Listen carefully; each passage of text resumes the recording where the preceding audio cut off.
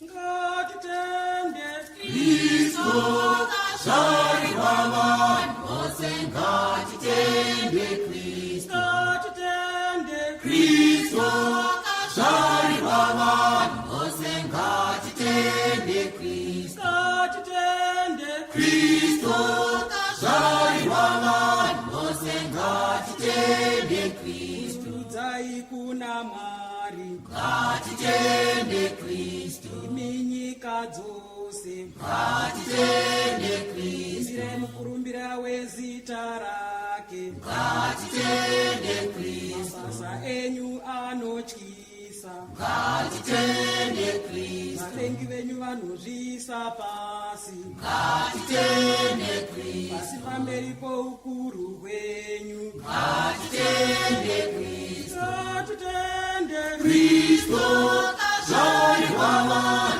ose ngatitende Kristo. ngatitende Kristo shari wawan ose ngatitende Kristo. pano pachanamata kwamuri Ngatitende Kristo. vachaimbira zita renyu Ngatitende Kristo. yemone mabasa aMwari Ngatitende Kristo. anotyisa pane zvaanoitira Ngatitende Kristo. vana vavanhu Ngatitende Kristo. ngatitende Kristo shari wawan ose ngatitende Kristo. ngatitende Kristo shari wawan ose ngatitende Kristo. zaimwari imi vanhu vose Ngatitende Kristo. zvinokukudzai ngarinzwike Ngatitende Kristo. zuva rokununurwa kutsva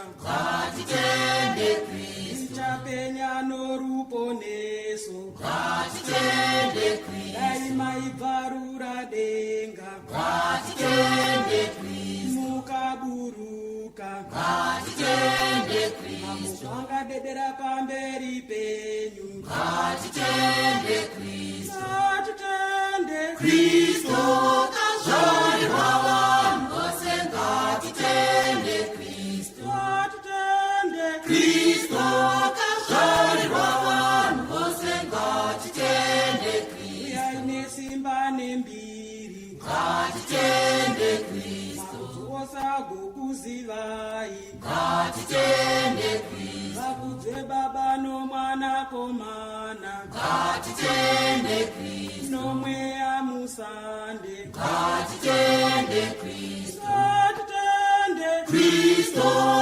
shari wawan ose ngatitende Kristo. ngatitende Kristo shari wawan ose ngatitende Kristo.